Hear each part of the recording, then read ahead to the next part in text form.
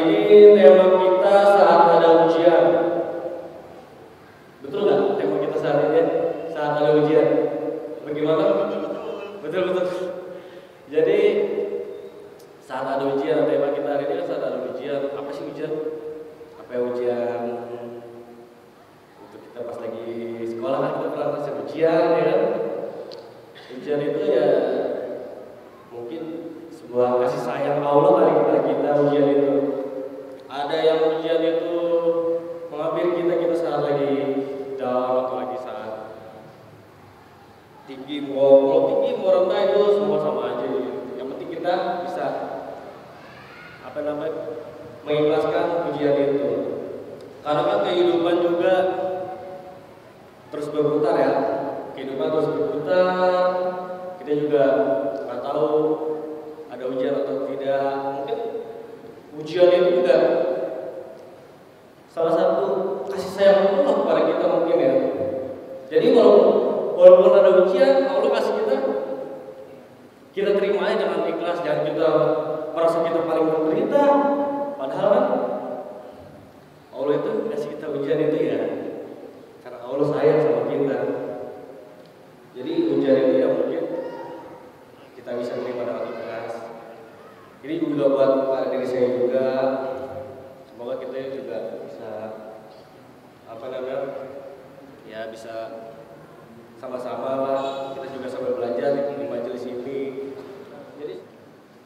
Jadi hari ini saya akan membacakan tilawah surat Al-Baqarah ayat 212 sampai 213.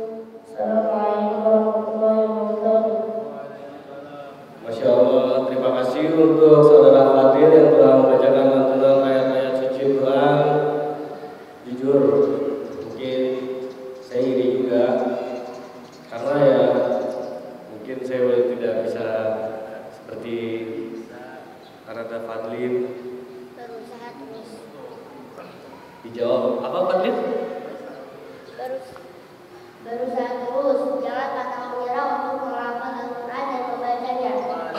Masya Allah, dari saudara Fadlin, mungkin dia cukup menampar kali ya, bukan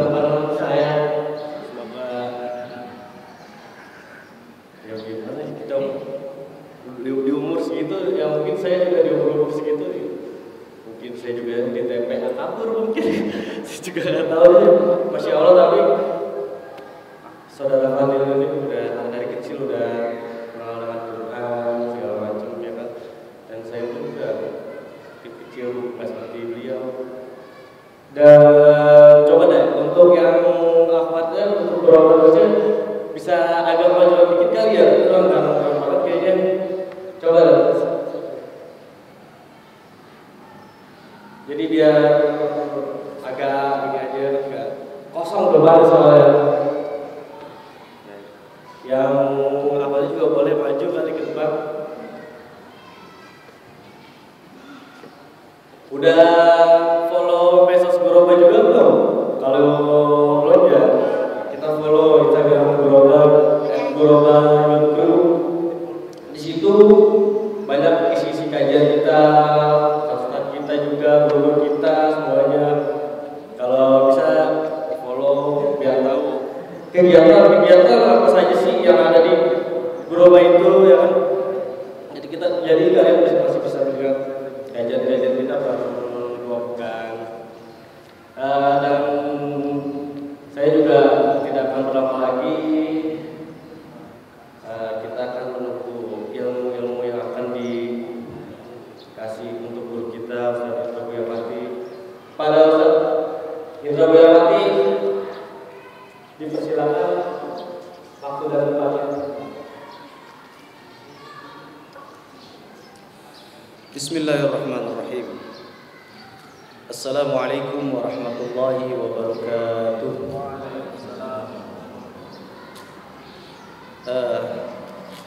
Ini ada satu laki-laki di tempat perempuan ini, Hasan ya. Alhamdulillah.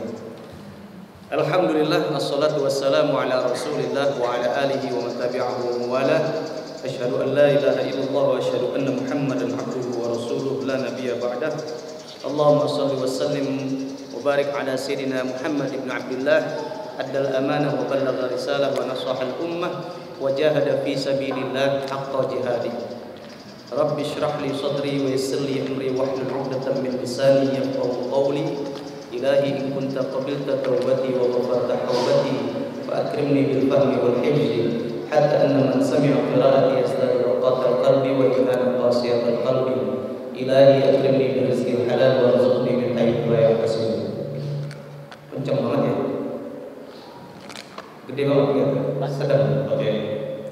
Enggak pakai keluar sebenarnya ya. Kegedean. Enggak dengung. Kecilin sedikit saja, oke. Alhamdulillah, syukur kehadirat Allah Subhanahu wa taala. Sedikit berbeda, pekan lalu kita adakan kajian internal, kajian evaluasi ya. Dan bentuknya ada juga apa istilahnya? Casting apa? Apa istilahnya?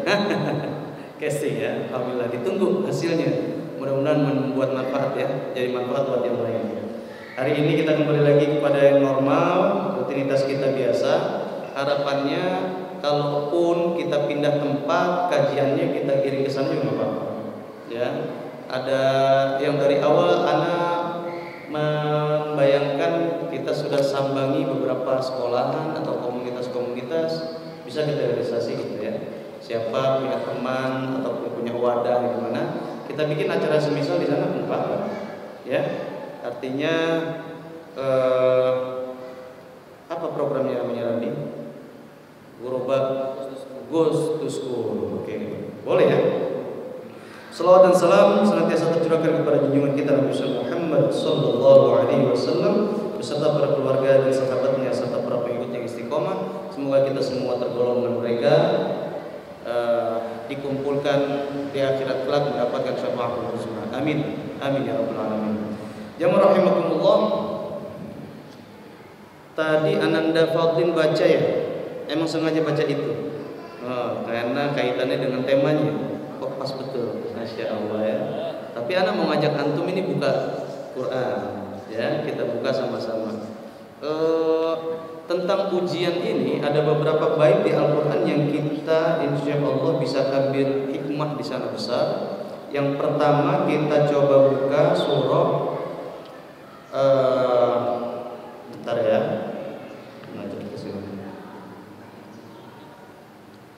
kita bicara tentang nanti surah Al-Kahfi dulu. Surah Al-Kahfi mulai dari ayat 60. Ahlan wa sahlan. Al-Kahfi ayat 60 ya. Ini kita bicara tentang ujian. Ya. Siapa yang nggak pernah ngerasain ujian? Di sini ada yang hadir nggak pernah ngerasain ujian? Yang TK ya belum. Ya, kalau ada yang bisa ngangkat tangan, Hasan bisa ngangkat tangan, Hasan angkat tangan. Hasan maaf. Hasan mungkin angkat tangan. Hasan udah gede. Hasan tuh dia. Ya. Hasan, Masya Allah. Ya. Pernah nggak kita ngerasakan bahwasanya siapa ya dari TK doang yang nggak ada ujian ya? Ngerasain bahwasanya ujian, ngadepin ujian, kemudian mencekam, tegang, dibikin suasananya itu harap tenang sedang ada ujian. Begitu nggak kalau di sekolah? Ada tulisan harap tenang sedang ada ujian, ya kan ya? Saking pentingnya ujian itu panitianya ditunjuk khusus untuk ujian. Ada panitia pelaksana ujian apa nih? Tengah semester kan, akhir atau kenaikan kelas kan. Dalam dunia olahraga, ya mau naik kelas, begitu juga naik tingkat, diuji nggak? Kenapa kemudian harus tenang ada ujian? Karena memang ujian itu, ya terima kasih karena memang ujian itu penting. Maka ini bukan hal yang main-main dan semua orang terkonsentrasi ke sana dan serius menghadapinya. Ujian itu yang menentukan orang ini akan ditempatkan di mana. Ya. Nah, kita coba. Kita masuk kepada surah Al-Kahfi ayat 60. Siapa yang suaranya gede? Mic-nya mana Asep? Boleh? Ahsan boleh baca. Ahsan. 60 dan seterusnya sampai nanti Anda bilang stop, mungkin sampai ayat 80 atau 100. A'udzu billahi minasyaitonir rajim. Bismillahirrahmanirrahim. Wa idh qala Musa li fatahu la abrahu hatta ablugha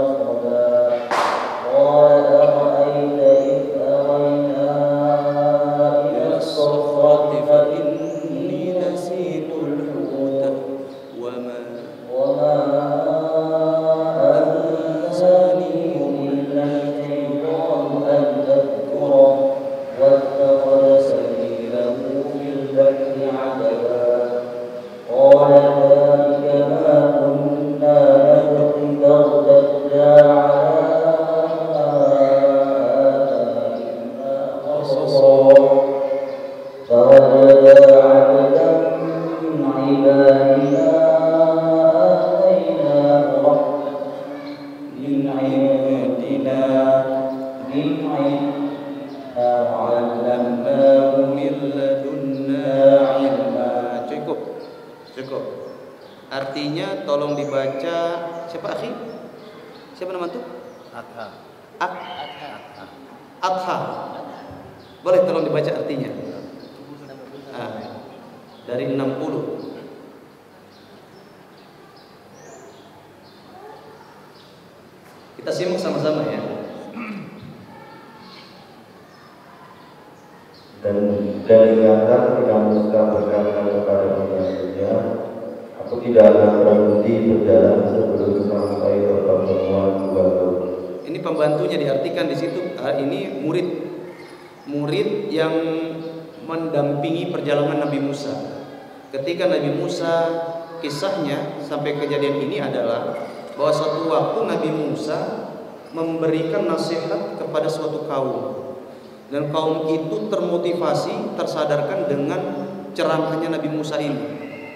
Ketika itu ada satu di antara mereka mendatangi Nabi Musa dan bertanya, mengungkapkan dan bertanya, sungguh Musa, kami sangat tersadarkan, kami berterima kasih dengan nasihat-nasihatmu. Kurang lebih seperti itu. Sungguh kami melihat engkaulah yang orang manusia yang terpandai di atas bumi ini.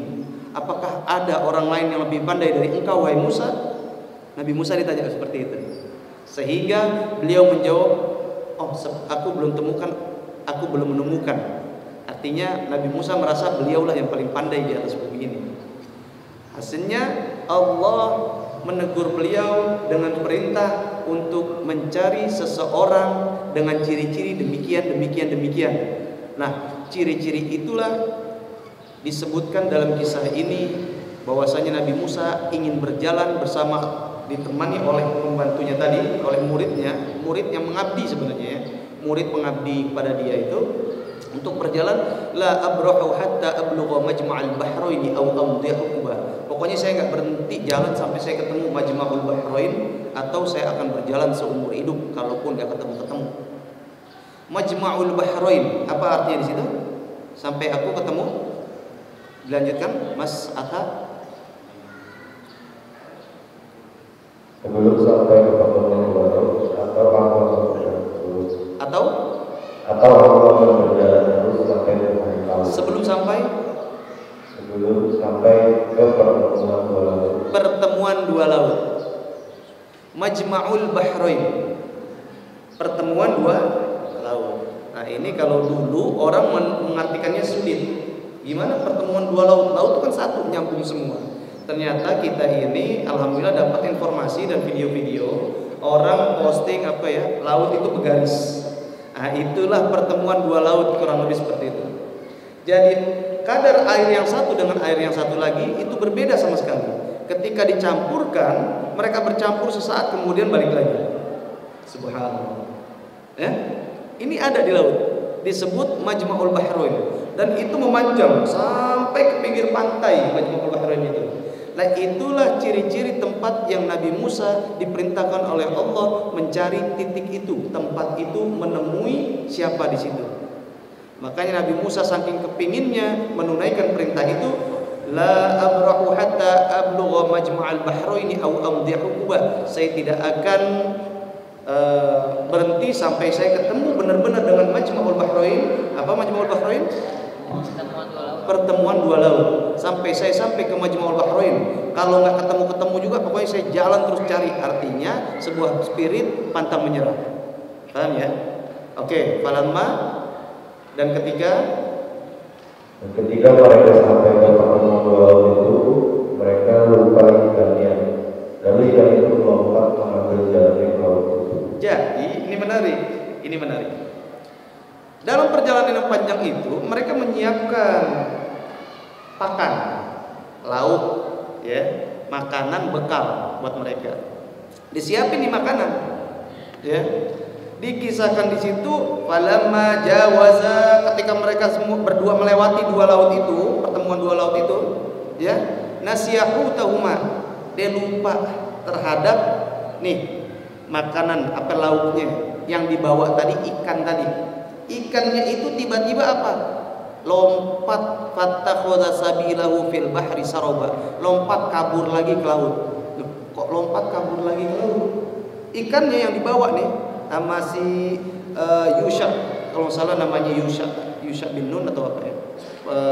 Si pelayannya Nabi Musa tadi, ya. Lompat lagi ke laut. Wattakhadha sabilahu fil bahri saraba, dia kabur ke laut. Lanjut.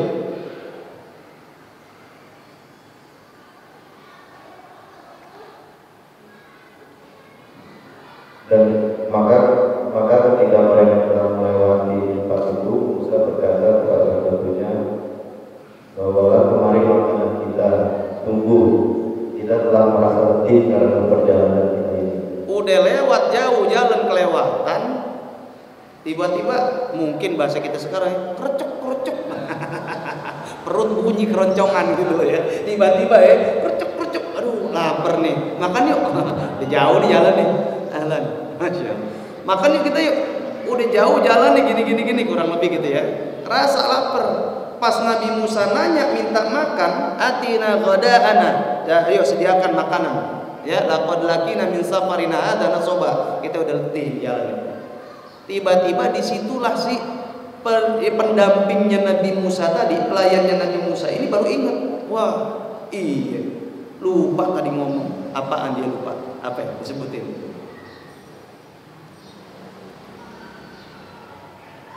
Dan pembantainya menjawab, maukah engkau tidak kita mencari tempat berlindung di batu tadi? Maka aku lupa menceritakan tentang ikan itu dan tidak ada yang membuat aku lupa untuk mengingatnya kecuali setan. Baru dia ingat sadar pada saat ditanya untuk nyiapin makanan. Dia cerita deh, tadi wahai Nabi Allah, waktu kita ngasok di tebing, ya di apa namanya kalau di apa itu batu karang mungkin dibentuk kayak gitu ya. Pokoknya di pinggir pantai itu atau kita ngasok di situ sebentar, gitu ya. Ini ikan tadi yang kita bawa lauk tadi itu kabur ke laut lagi. Nabi Musa bingung. Ini tidak ada yang membuat saya lupa kecuali memang setan melupakan saya. Tuh. Ya, ini kejadiannya. Ayo kita bahas lagi. Enak kan kalau bahas langsung ke Quran gini ya. Belajar ya, lanjut. Musa berkata, itulah tempat yang kita cari. Hadza ma kunna nabghi. Ini tempat yang kita cari, itu dia tuh. Di mana tadi? Balik lagi. Fartadda ala atharihi ma qassasa. Kemudian mereka berdua kembali mengikuti jejak mereka. Balik lagi udah jauh. Bayangin nggak lapar balik lagi ke tempat tadi semula. Iya, tempat lagi semula. Kemudian apa yang terjadi? Fawajada. Lalu mereka berdua bertemu dengan seorang hamba di antara hamba-hamba kami yang telah kami berikan rahmat kepadanya dari sisi kami dan yang telah kami ajarkan ilmu kepadanya dari sisi kami. Dan ketika mereka kembali ke sana, barulah mereka menemukan sosok manusia yang Allah berikan atainahu min ladunna, atainahu rahmatan. Gimana ayatnya? Abdan min ibadina atainahu rahmatan min indina wa 'allamnahu min ladunna ilma. Sosok hamba yang kami berikan rahmat kepadanya dan kami berikan pengetahuan dari sisi kami. Berikan pengetahuan dari sisi kami. Datang ke sana ketemu itu orang. Tadi padahal di situ nggak ada. Ya, pas balik lagi ada orang yang ketemu di situ. Orang lebih mungkin tadi lagi di mana? Ya. Siapa sosok itu? Tahu nggak siapa sosoknya namanya? Ya, Nabiullah Khidir alaihissalam. Nabiullah Khidir alaihissalam. Kemudian pada saat itu datanglah Nabi Musa kepadanya. Nabi Musa mengatakan bahwasanya dia diperintahkan oleh Allah untuk belajar apa yang Allah berikan kepada Nabi Khidir. Nabi Khidir bertanya, siapa engkau wahai hamba Allah? Aku adalah Musa dari Bani Israel. Iya. Oh, Nabi Khidir bilang, wahai Musa, Nabi Allah, apa yang Allah ajarkan kepadaku sama sekali berbeda dengan apa yang Allah ajarkan kepadamu. Ilmu dari sisi yang berbeda, paham ya? Tapi kita nggak bahas ke situnya. Lanjutnya panjang, ceritanya panjang dan masya Allah, kisahnya masya Allah. Kita ambil kisahnya tentang Majma'ul Bahrain. Fattakhadha sabilahu fil bahri saruba as'ajaba, ya. Itu ikan mengambil jalannya ke laut dengan cara yang aneh. Ya, artinya gitu ya. Ikan tadi mengambil jalannya ke laut dengan cara yang aneh. Anehnya gimana? Riwayat yang umum menyebutkan bahwasanya itu ikan hakikatnya ikan mati. Ikan laut. Lauk gimana lauk? Mungkin udah disambelin ya. Udah jadi pepes. Ya, udah jadi pecak ya gitu ya. Kurang lebih seperti itu. Ada yang mengatakan itu ikan hidup, ya. Tapi ketika di saat di Majma'ul Bahrain itu ikan aneh, loncat keluar dari keranjangnya, kemudian menuju ke laut itu dengan cara yang aneh. Ini kok ikan begini banget ini ya? Nah, kalau kata orang Citayam mah, lah bocah ngapa ya? Gitu ya. Nah, mungkin begitu. Jamaah rahimakumullah, satu hikmah kita ambil di sini. Kita coba ambil di sini sedikit. Pertemuan dua laut, Majma'ul Bahrain. Pertemuan dua laut, dua kandungan air yang sama sekali berbeda. Dua mungkin kandungan lain-lainnya berbeda, kita nggak tahu secara spesifik, tapi disebut di situ Bahrain, artinya satu bahrun dengan bahrun yang satu lagi, Bahrain. Pertemuan dua laut ini berselisih, bergesek dan seterusnya. Ana ajak antum angkat tangan dua-duanya begini. Angkat tangan. Temukan apa yang antum rasakan sekarang? Apa yang antum rasakan? Dingin? Yang sekarang dulu? Biasa aja. Sekarang antum gesek. Yang kenceng. Yang kenceng. Terus. Apa yang antum dapetin? Panas. Keluar ya. Tadinya panas itu ada apa? Ketika kita gesekkan, keluar energi panas. Buat orang tua yang punya anak, kalau pengen bisa ini itu, pengen tumbuh gigi, pengen meningkat apakah kemampuannya dan lain-lain, badannya gimana? Panas. Ya, buat yang punya anak, punya ponakan apa, perhatian kita. Satu hikmah kita pelajari di sini, bahwasanya pergesekan itu memunculkan potensi yang ada pada diri kita. Bergeseknya dua laut menghidupkan kembali penghuninya yang sudah mati. Ingat ikan tadi, ya. Katakan dia kita melihat mengambil pada riwayat yang bahwasanya dia nggak mati, tapi dengan pada pertemuan dua laut yang bergesek itu, ikan yang tadinya biasa saja kemudian mengambil bersikap aneh dan kemudian berjalan di daratan menuju ke laut sampai ke pantai sana. Pergesekan itu adalah ujian. Pergesekan itu adalah permasalahan yang kita hadapi. Bisa dipahami? Bisa dipahami? Maka setiap kita mendapatkan permasalahan, setiap kita mendapatkan ujian, sadari bahwasanya Allah sedang membangkitkan potensi yang ada dalam diri kita. Bisa pahami? Maka seperti tangan tadi tidak ada apa-apa, kemudian kita gesek, keluar energi panas. Begitupun anak kecil ketika dia ingin bisa sesuatu, maka dia akan merasakan badannya panas, demam, begitu ya. Susah tidur, macam-macam. Itu bentuk-bentuk lain daripada yang Allah perlihatkan kepada kita. Ada nggak sih orang yang naik tingkat tanpa diuji? Bahkan Nabi Musa diperintah untuk bertemu dengan seorang hamba yang Allah berikan rahmat darinya dan Allah ajarkan pengetahuan langsung dari sisinya, dengan ujian perjalanan menempuh jauh mencari satu tempat yang disebut Majma'ul Bahrain ini. Ini hikmah daripada sebuah ujian. Sadari dulu ke sana ya. Allah Subhanahu wa taala berfirman, tadi dibacakan oleh Ananda Fadlin di antaranya ya. Apa tadi Fadlin? Awalnya Fadlin? Am hasibtum an tadkhulul jannata wa lamma ya'tikum mathalul ladzina khalau min qablikum massathumul ba'sa'u wad-dharra'u wa zulzilu hatta yaqula ar-rasul wal ladzina amanu ma'ahu mata nasrullah ala inna nasrallahi qarib.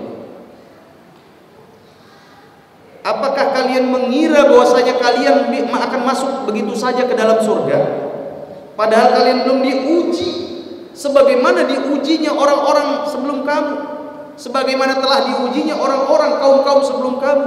Massathumul ba'sa wad dharra.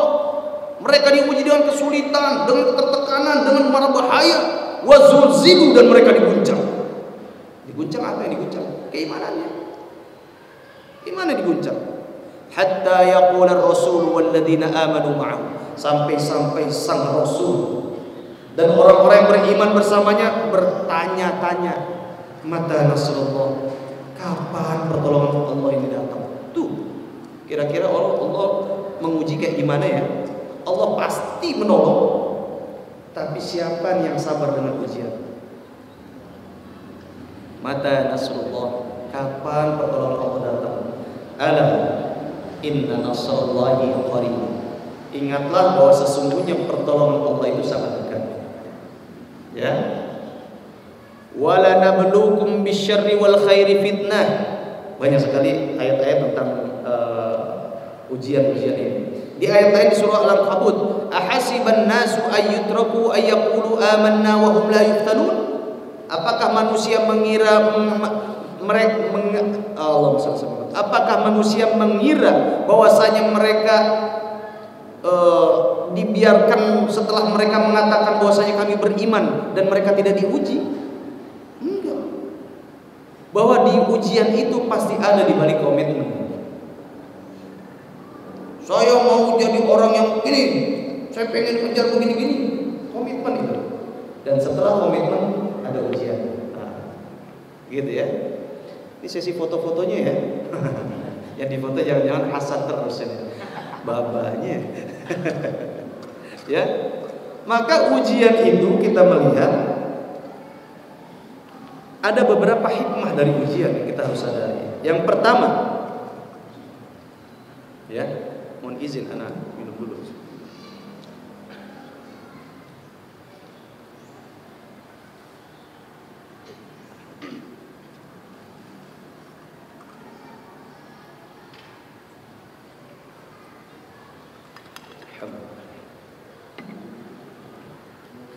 Beberapa hikmah daripada ujian, ya, atau makna daripada ujian. Yang pertama, ujian sebagai proses meninggikan derajat. Ya.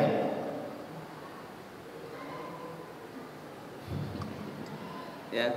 Ujian sebagai proses meninggikan derajat. Ya. Pertanyaan di awal, ada nggak yang naik kelas tanpa diuji? Nah, sekolah aja deh, kita lihat sekolah. Ada yang nggak sekolah sini? Ada yang nggak sekolah berarti nggak diuji. Oh iya, Hasan lagi Asep. Sekolah bapak aja ya. Setiap kali ujian pilihannya dua, naik atau tidak, kan gitu. Maka ujian itu maknanya adalah untuk meninggikan derajat. Dari kelas 1, kelas 2, dan seterusnya, dan seterusnya, dan seterusnya, sampai dia pindah kepada sekolah lain, level lain, sekolah menengah, ujian. Bahkan ujiannya lebih besar ketika pindah level tadi, betul ya? Dari SD ke SMP namanya ujiannya apa tuh? Kalau dulu ada ujian nasional ya? Karena masih ada nggak? Masih? Ujian nasionalnya nggak ada sekarang. Dari SMP ke SMA begitu juga, ya? Lebih berat lagi nggak? Setelah SMA masuk kuliah, nah ujiannya waduh lebih berat lagi. Begitu juga di ujian. Sampai capeknya ujian ya, ujian keseringan gitu ya. Aneh ngerasain waktu di kampus. Ya Allah, kapan nih urusan sama buku-buku begini kelam, bikin makalah lagi, bikin rangkuman lagi, bikin ini lagi begitu, sama ngerasain. Tapi bagaimana kita mau naik tingkatan tanpa kita diuji? Nggak ada. Ujian itu bisa berbentuk apa aja. Bisa dengan kesulitan, bisa dengan kesenangan. Cuman yang sayangkan adalah banyak orang sukses, banyak orang lulus ketika diuji dengan kesulitan. Tapi banyak orang yang gagal ketika diuji dengan kesenangan. Nah, itu masalah. Kenapa? Ketika dikasih kesulitan disabar. Ini ujian, sabar. Ini ujian, saudara. Jangan terbawa emosi. Lagi puasa dikirimin gambar es teh. Astagfirullah, seger bener siang-siang. Ini ujian, saudara. Ya. Tapi banyak orang yang menyangka ketika dia diuji dengan kesenangan, dia ngerasa, oh ini Allah lebihkan saya gini-gini, sehingga dia lupa lalai. Dia lupa tuh lagi senang, mungkin di rekeningnya lagi banyak uang, bangun malamnya susah. Mungkin di kantongnya lagi tebel, habis gajian sampai gimana-gimana, udah deh ngajinya males. Oh, saya lagi diberi nikmat banyak. Bukan. Ya. Walanabluukum bisyarri wal khairi fitnah, dan pasti kami akan uji kalian dengan kesenangan dan kesusahan sebagai fitnah, sebagai ujian. Maka jangan senang ketika diuji dengan kesenangan, dan jangan sedih ketika diuji dengan kesulitan. Karena dua-duanya adalah ujian. Selama kita masih diuji, bersyukurlah kita kepada Allah bahwasanya kita masih diperhatikan. Tuh. Tahu istidraj? Istidraj itu orang yang udah diuji lagi mau. Istidraj orang yang diulur-ulur sampai rangkatnya begini nih. Ini dia lagi jalan.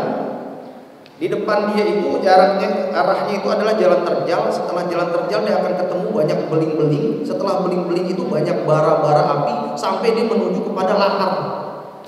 Yang apapun masuk ke sana kebakar habis. Taruh kayu masuk situ habis tuh kayu. Ini orang kalau istidraj itu dia masuk kepada satu jalan rusak, jalan terjal seperti itu, arahnya ke tempat lahar tadi dibiarin. Itu istidraj. Dia ngerasa apa, ngelakuin apa aja senang biasa. Istidraj. Istidraj itu pembiaran dari Allah. Mungkin bahasa orang tua kata pada anaknya, biarin aja tuh anak mau jadi apa juga. Nah, bahasa mungkin kalau bahasa kita kan ya, biarkan wahai malaikat, aku tidak peduli lagi dengan apa yang dikerjakan, baik buruknya, biarkan dia pada kehancuran itu. Istidraj. Naudzubillah.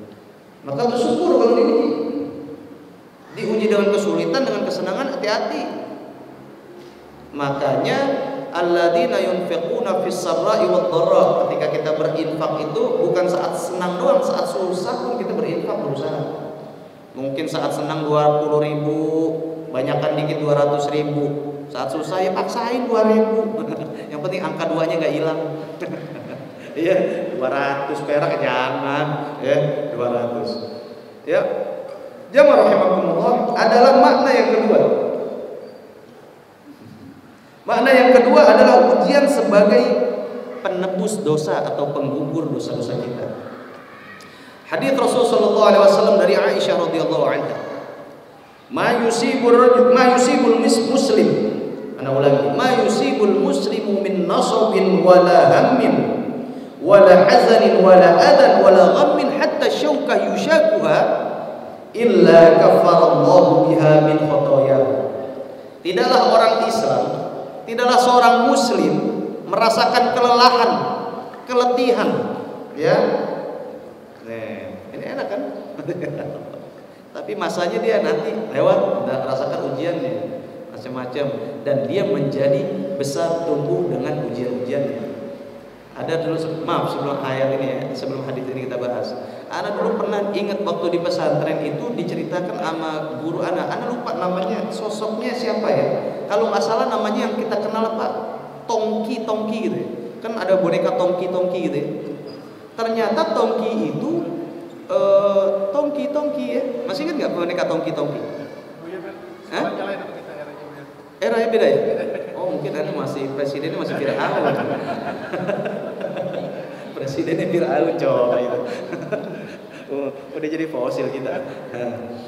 Jadi ada boneka namanya Tongki itu.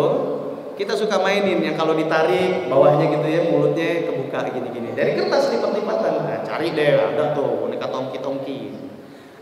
Guru anak pernah jelasin, Tongki itu sebenarnya nama dari sosok yang kemudian digunakan oleh para pengajar, sosok manusia yang gak pernah dapat masalah. Maka dia dengan tubuh besarnya dia tetap anak-anak. Dengan tubuh dewasanya, tumbuh besar secara fisik, tapi mentalitas dan pemikirannya tetap anak-anak. Karena tidak pernah hinggap masalah kepada dia. Masya Allah, ya, maka nggak pernah ningkat-ningkat, ya. Maka kalau anak-anak kita dapat masalah, dampingin, jangan malah dipatahin. Jangan suruh lari dari masalah. Kita pun begitu. Masalah dihadapi bukan bukan lari dari masalah. Kemudian tadi poinnya apa? Penebus dosa ataupun penggugur daripada dosa-dosa kita. Hadis dari Siti Aisyah radhiyallahu anha, "Ma yusibul muslim min nasabin wala hammin wala hazanin wala adha wala ghammin hatta syauka yusakuha illa kaffarallahu biha khatayahu."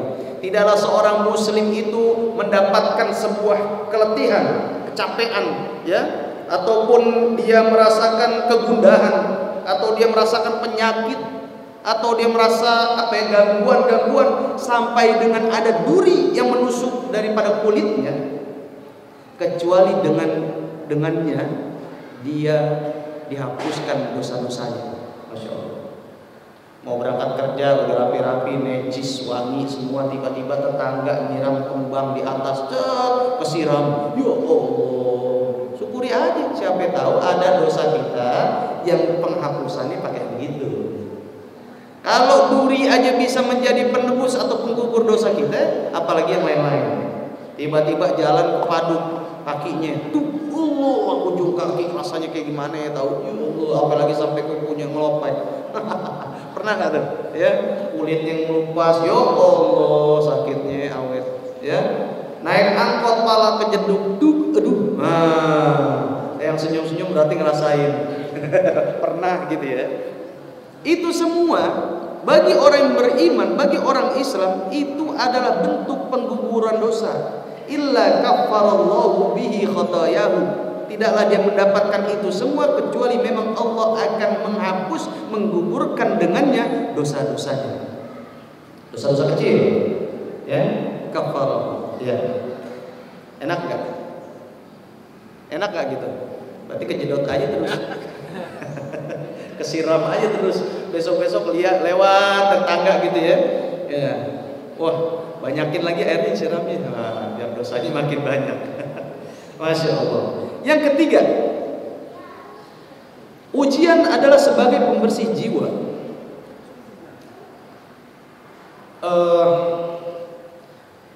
Wala nabluwannakum bisyarri wal khairi fitnah.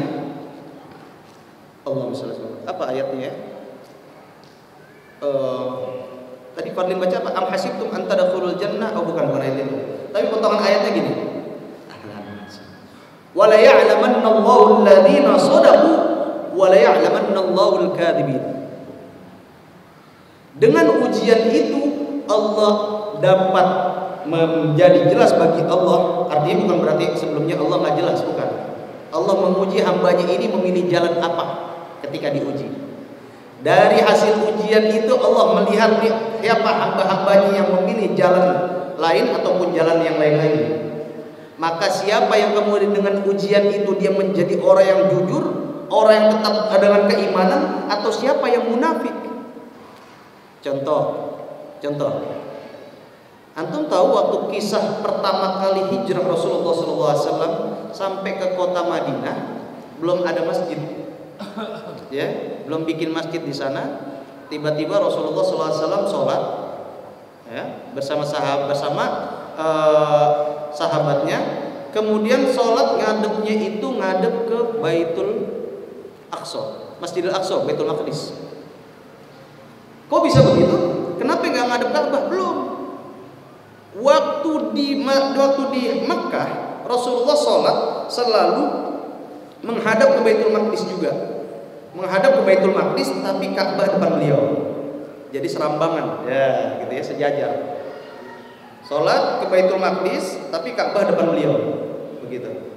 Waktu beliau hijrah ke kota Madinah, masalahnya adalah Mekah di sini, Madinah di sini, Baitul Maqdis di sono. Contohnya gitu. Maka menghadap kemana nih? Beda. Maka di awal-awal Rasulullah menghadap Baitul Maqdis sholat. Dicemooh oleh orang-orang Yahudi. Tuh lihat tuh orang Islam, ngakunya agama bener. Ngakunya agama dari Allah, kiblatnya mereka pakai kiblat kita. Tuh. Kiblatnya pakai kiblat orang Yahudi. Turunlah ayat Al-Qur'an perintah kepada Rasul sallallahu alaihi wasallam, falanuwalliyannaka qiblatan tardaha wa aina ma tuwallu fathamma wajhullah. Ya. Fawalli wajhaka syatral masjidil haram. Perintah untuk menghadapkan diri kita dalam sholat itu kepada Masjidil Haram. Gitu ya. Nah, pada saat perintah ini turun, apa yang terjadi? Sebagian orang-orang yang beriman itu malah jadi ragu. Kok begini sih? Kok begini? Kok begini tuh?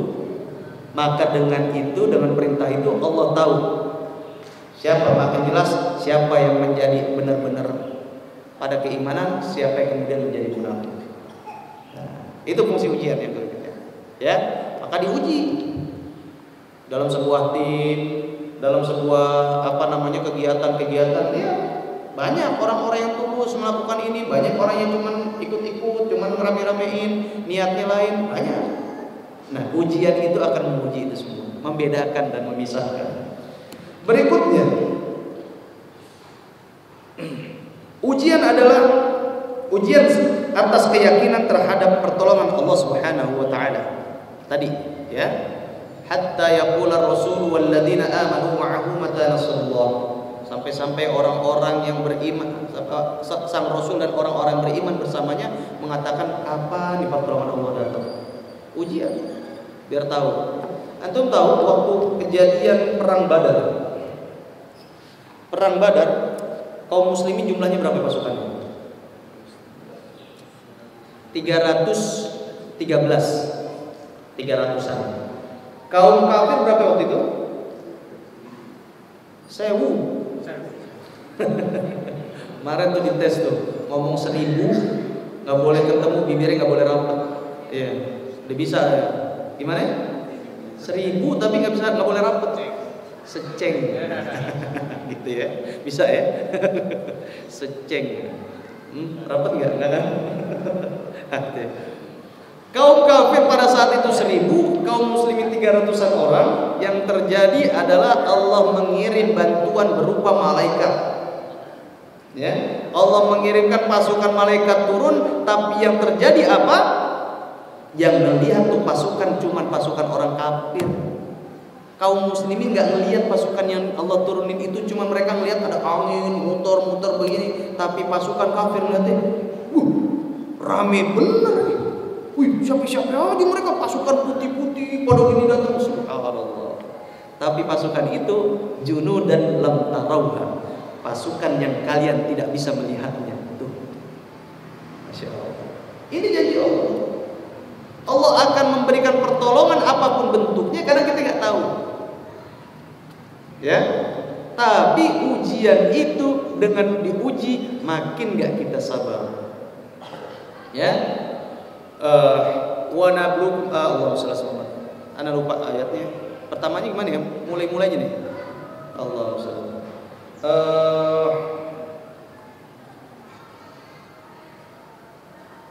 Wa naqsim minal amwali wal anfusi wath thamarat. Gimana awalnya? Lutfi? Ingat enggak? Wa lanabluwannakum bi syai'in minal khaufi wal ju'i wa naqsim minal amwali wal anfusi wath thamarat. Terakhirnya apa jawabannya? Wabasyiris sabirin. Kami akan uji kalian dengan sesuatu daripada rasa takut, ya, dari bisyai'in minal khauf, dari rasa takut, ya, minal khaufi wal ju' dari rasa lapar, ya, wa naqsin minal anfus, dan kekurangan jiwa, tidak percaya diri, kematian orang terdekat, teman-teman, itu ujian. Wat thamarot, dan kegagalan daripada tumbuhan panen-panen. Tapi apa jawab Allah? Dengan ujian ini apa sikap kita? Wa basyiris sabirin, dan berilah kabar gembira kepada orang-orang yang sabar. Jadi emang jawaban menghadapi ujian sabar. Tapi kita tahu dulu nih mana ujiannya. Anda selesaikan ya. Yang kemudian adalah ujian sebagai pembeda atas kemunafikan tadi. Ya. Membedakan kemunafikan dan keimanan. Anda mau bahas satu ini lagi ya. Tapi anak bacakan aja sedikit. Kisah Talut ini di surah Al-Baqarah ya. Ya. Walamma fasala Talut bil junudi, ya.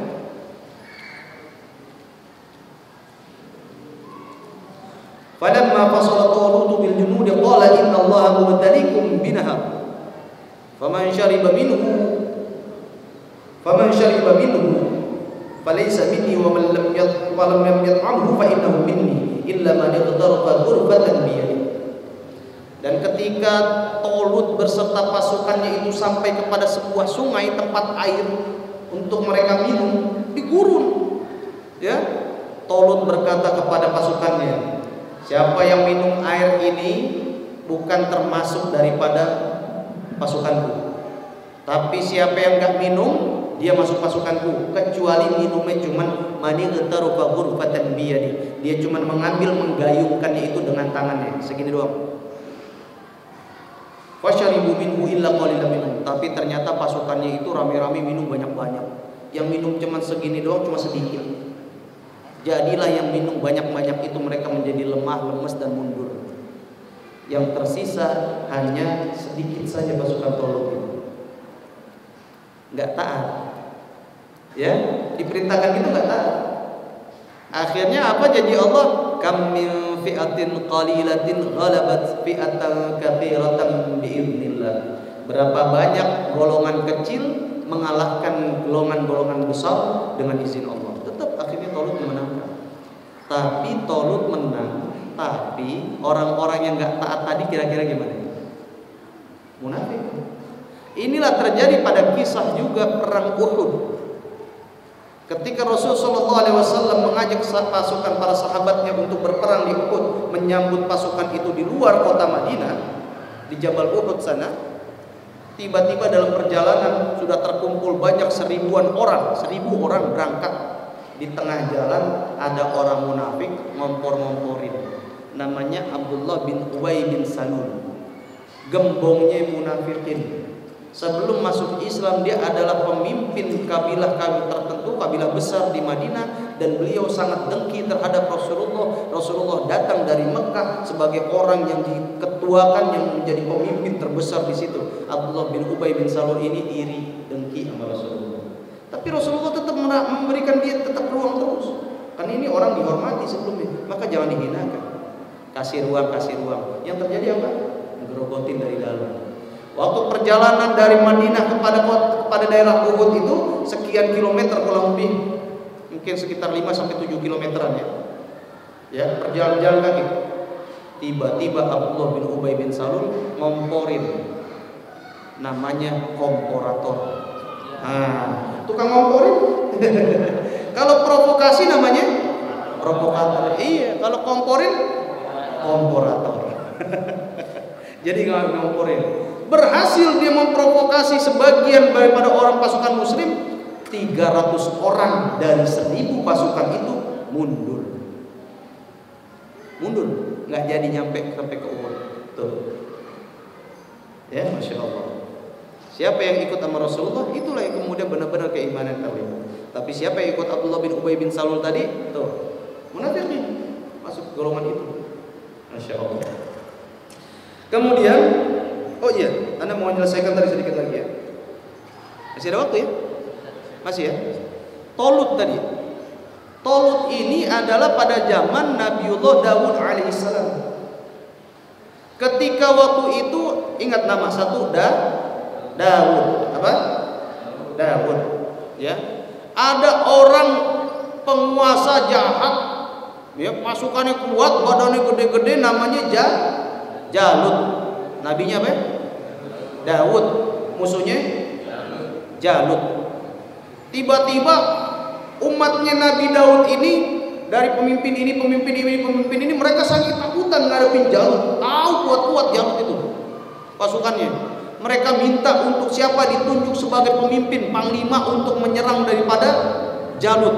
Maka turunlah ayat firman dari Allah memerintahkan kepada Nabi Daud untuk menunjuk Talut sebagai pemimpin. Yang pertama nabinya Daud, musuhnya musuhnya Jalut, ya. Kemudian pemimpinnya yang ditunjuk Talut. Talut. Jangan terbalik-balik. Nabinya, musuhnya, pemimpinnya Talut. Ada satu lagi, ya. Ada keunikan di sini. Ketika Talut ditunjuk sebagai pemimpin, ini para pemuka kaum bingung. Wahai Nabi, kenapa Talut Nabi? Kan ada kita-kita yang lain. Anna yakuna lahul mulku laisa lahu sa'atun minal mal. Bagaimana Talut bisa jadi pemimpin padahal dia nggak punya kelebihan di sisi harta? Jadi pada saat itu dilihat orang itu status sosial dari harta. Ya. Nah, Nabi kemudian menjelaskan bahwasanya anna ayata mulkihi ayatiyallahu tabut.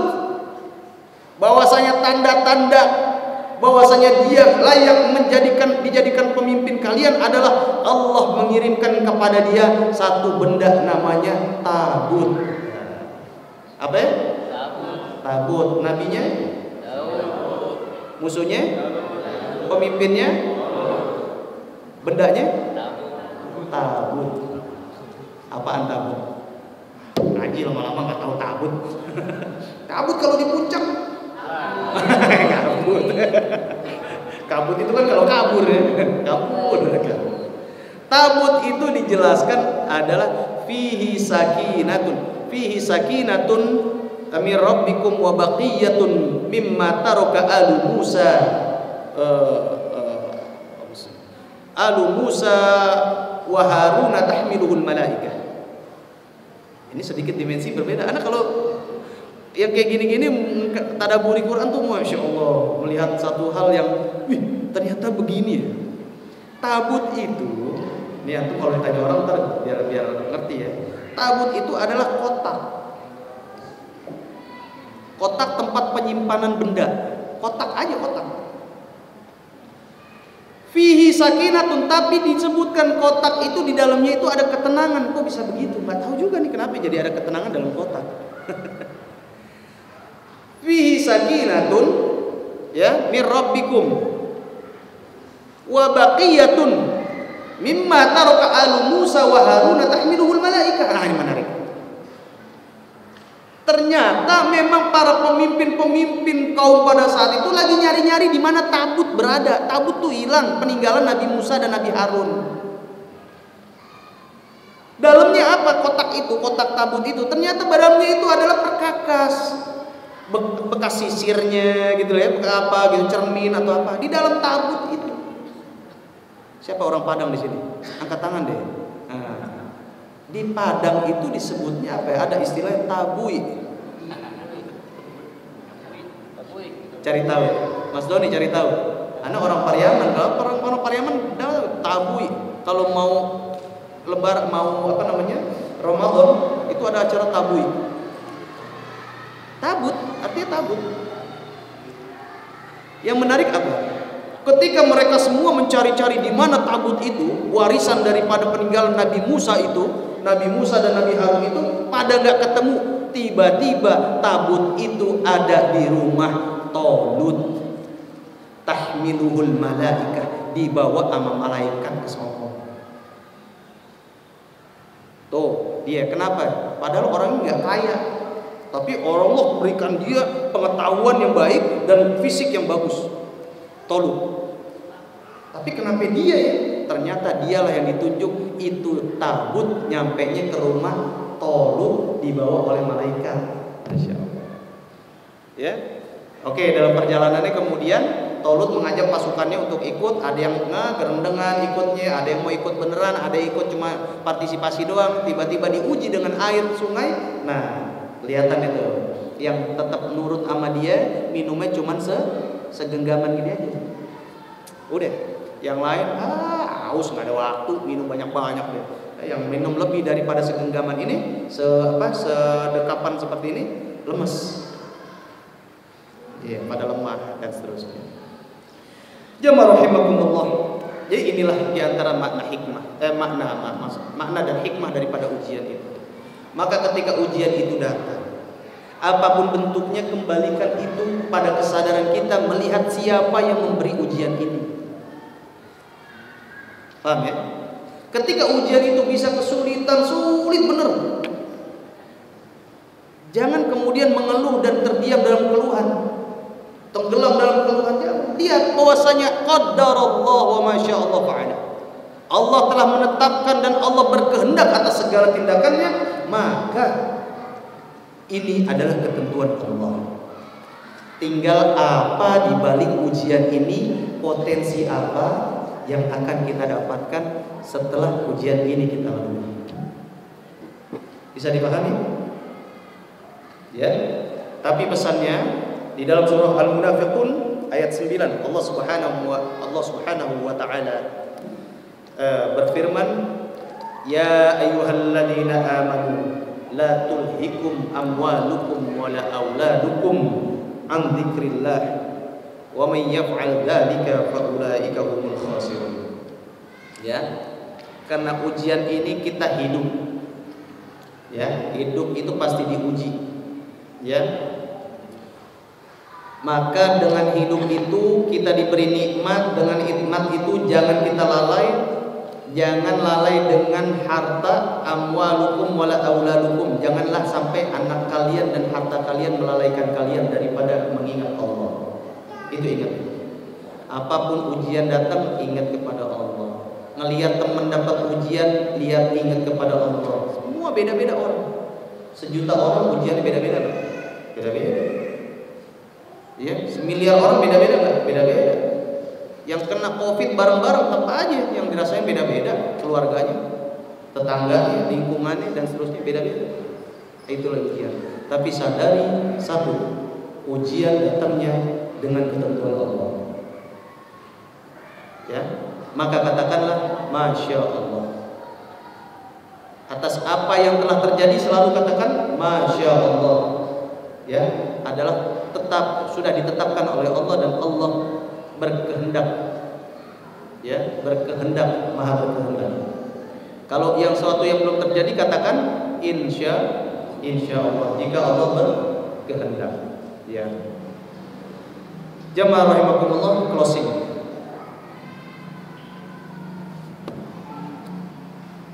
Di akhir-akhir surah Al-Fajr, ya ayyatuhan nafsul mutmainnah irji'i ila rabbiki radiyatan mardiyah fadkhuli fi ibadi wadkhuli jannah. Wahai jiwa-jiwa yang tenang, kembalilah kepada Rabb dengan ridho dan diridhoi.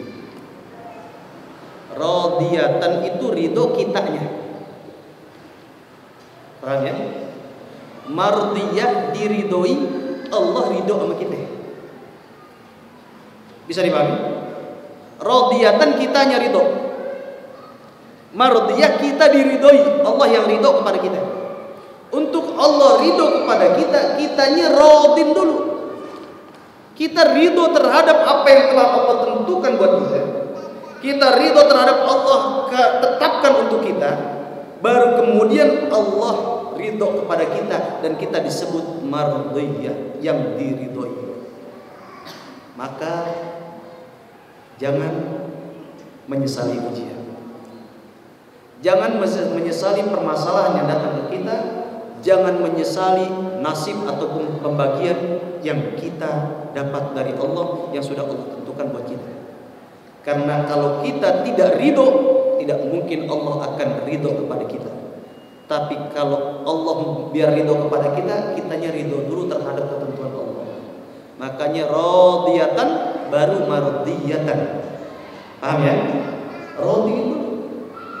Radhi dulu kita. Ya, baik. Semoga ada manfaatnya. Dan kalau mau ada di sharing atau tanya-tanya boleh silakan.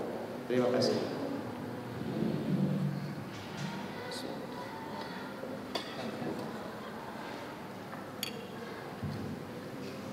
Terima kasih untuk guru kita Ustaz Yadar Brahmati yang memberikan kita ilmu.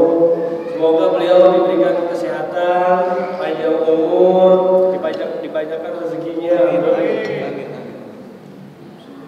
Jadi tentang saat ujian. Tadi ada hikmah dari ujian gitu.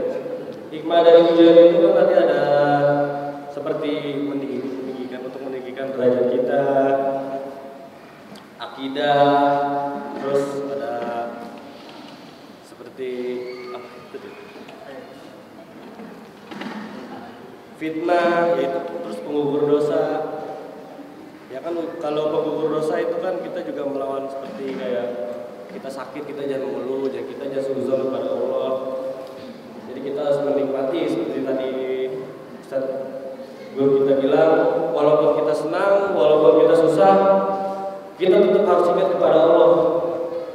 Kita jangan mengeluh, kita jangan mengeluh. Kita tidak boleh. Jadi kita harus tetap ingat kepada Allah Subhanahu wa taala yang telah memberikan kita rezeki, kesehatan, panjang umur. Semoga kita semua yang ada di sini bisa berkumpul di kelak nanti di yaumil akhir. Amin amin ya rabbal alamin. Selanjutnya kita akan membuka sesi pertanyaan. Kira-kira dari Guru Baders ada yang mau bertanya? Dari Guru Baders, lalu ada yang mau nanya tentang kajian ini? Apa dari Guru Baledis ada yang ingin bertanya tentang kajian ini?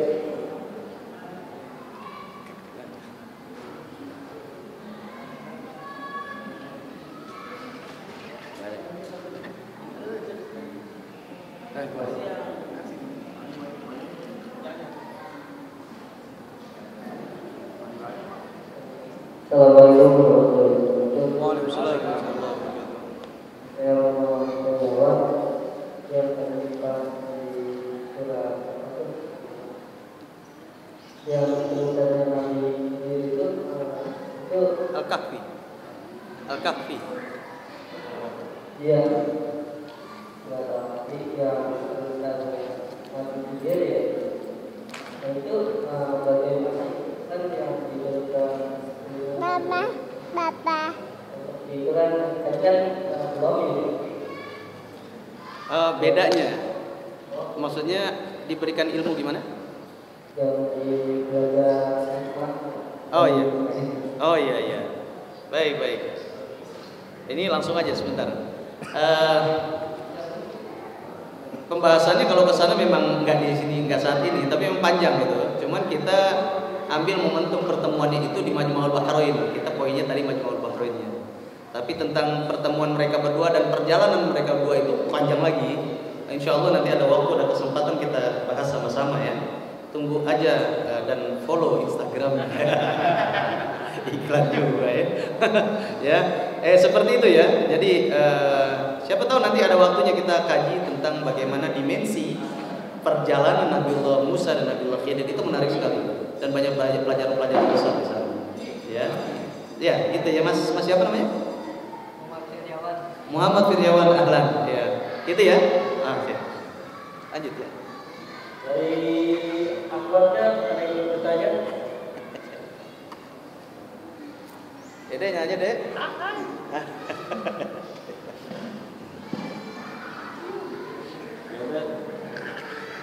Mami nanya Mami. Dari Guru Baders masih ada yang ingin bertanya? Jangan. Ya, silakan. Abu Hasan. Ya, Assalamualaikum warahmatullahi wabarakatuh. Waalaikumsalam. Ya, jadi Buya kan sudah tahu sebagian kecil masalah yang sering kami alami gitu. Pertama, saya di sini kan problemnya dengan orang tua ya, apa ya?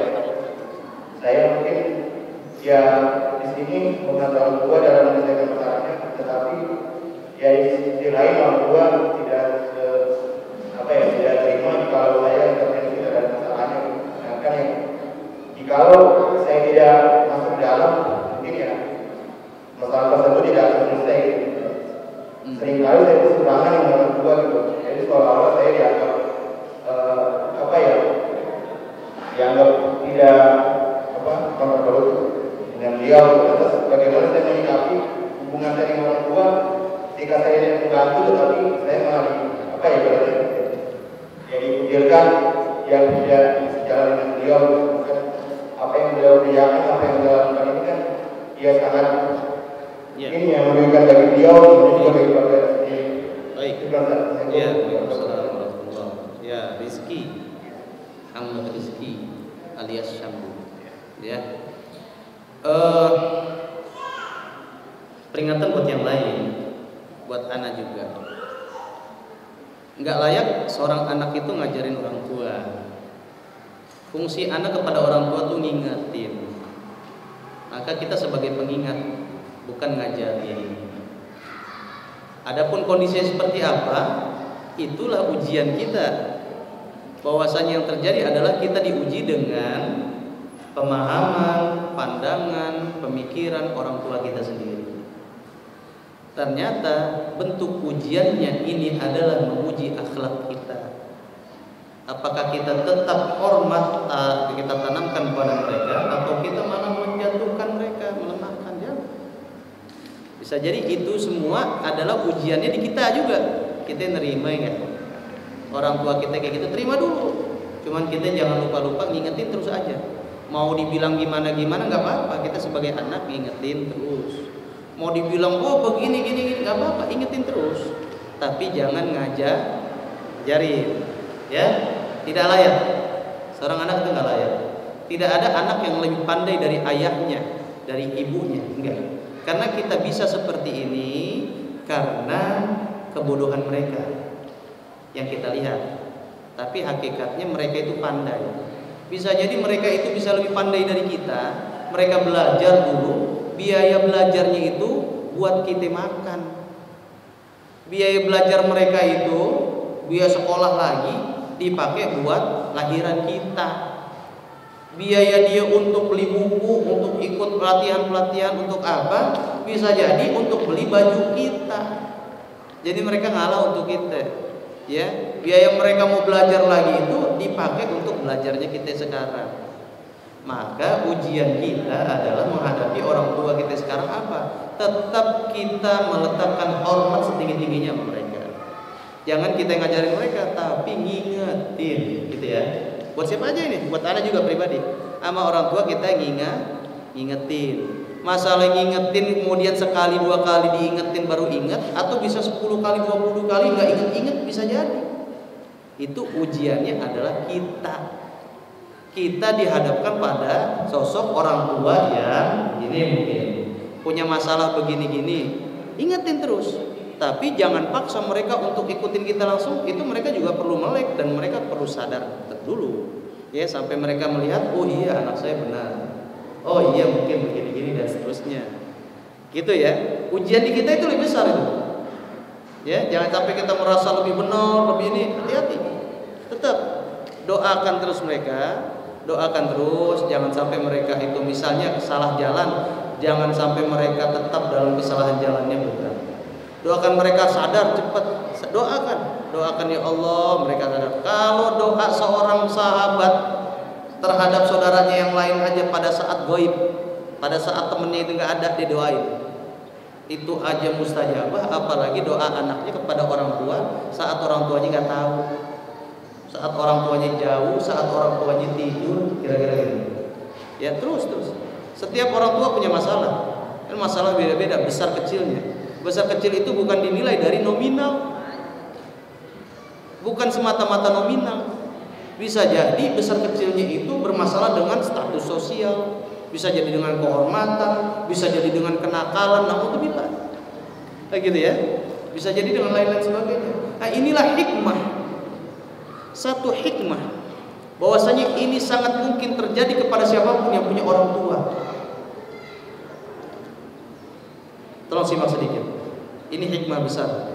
Sebuah peristiwa atau kejadian yang dapat menimpa siapapun yang punya orang tua, bahwasanya kondisi orang tuanya seperti apa, itu bahkan mungkin sangat terjadi kepada siapapun kita yang masih punya orang tua. Dan inilah hikmah kenapa orang tua Rasulullah diwafatkan sebelum Rasulullah lahir.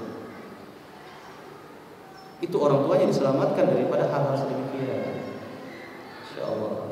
Ya, ibu beliau sudah mengantarkan beliau kepada gini-gini. Jadi tidak sempat beliau itu merasakannya kayak gini-gini. Gitu ya.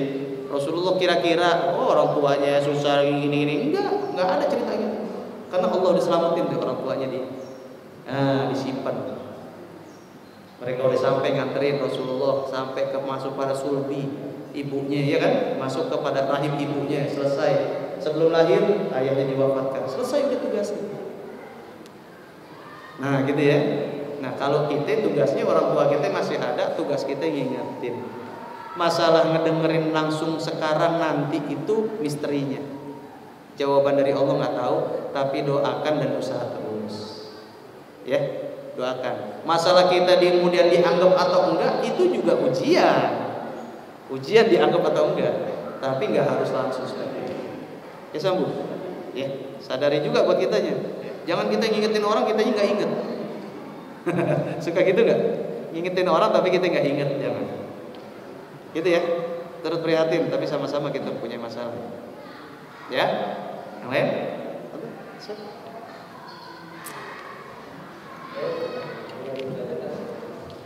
Jadi kalau pertanyaan sih,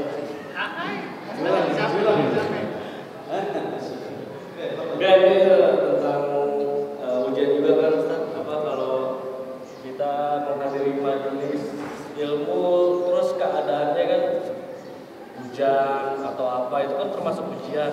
Cara kita meningkatkan kan pasti iman kadang kita lagi tinggi hati kita atau kita lagi turun gitu. Nah itu cara meningkatnya kita gimana? Itu aja. Cara ujian menghadapi hujan pakai payung. Makanya sedia payung sebelum ujian.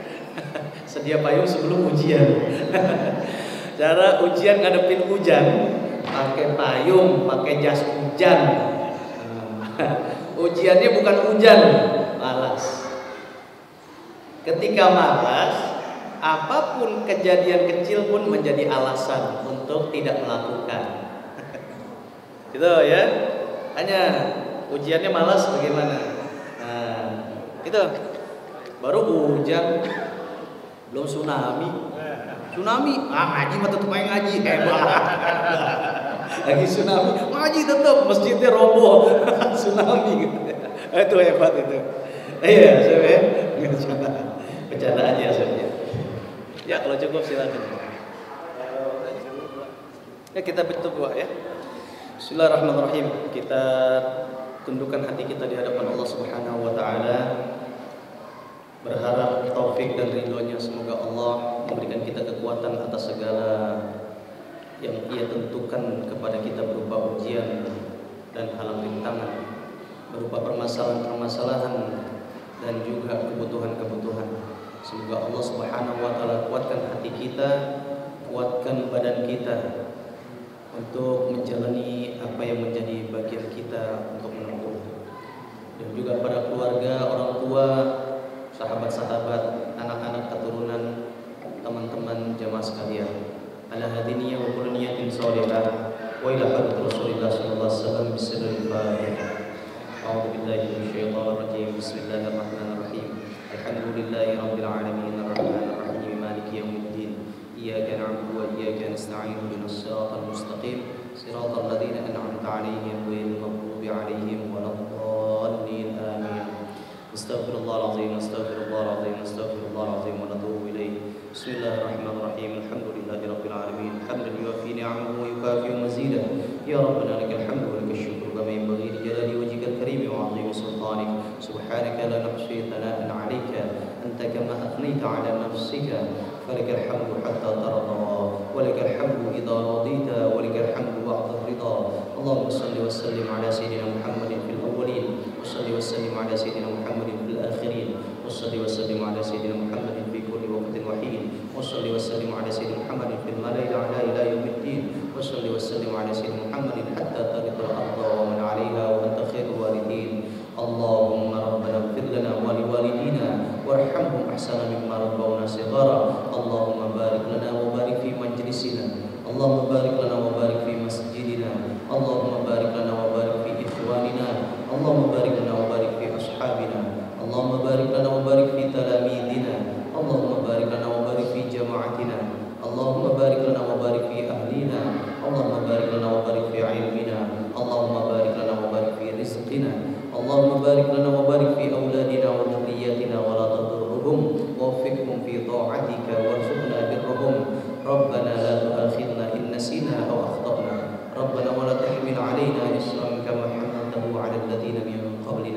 ربنا ولا تحملنا ما لا طاقة لنا به واعف عنا واغفر لنا وارحمنا واعف عنا واغفر لنا وارحمنا واعف عنا واغفر لنا وارحمنا أنت مولانا فانصرنا على القوم الكافرين. لا إله إلا الله الحليم الكريم. لا إله إلا الله سبحان رب العرش العظيم. لا إله إلا الله سبحان رب السماوات والأرض ورب العرش الكريم. اللهم إنا نسألك موجبات رحمتك وعزائم مغفرتك والغنيمة من كل بر والسلامة من كل ذنب.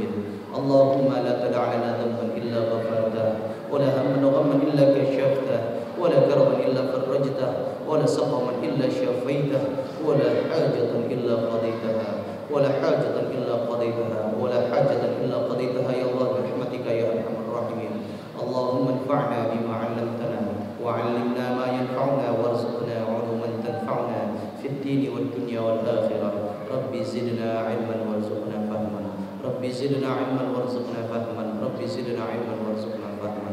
ربنا آتنا في الدنيا حسنة وفي الآخرة حسنة وقنا عذاب النار. وصلى الله على سيدنا محمد وعلى آله وصحبه وسلم. والحمد لله رب العالمين. Alhamdulillah, lebih kurangnya mohon maaf apabila ada yang benar itu datangnya dari Allah, yang ada yang salah itu karena ana sebagai manusia biasa. Alhamdulillah, wabillahi taufiq wal hidayah. Wassalamualaikum warahmatullahi wabarakatuh.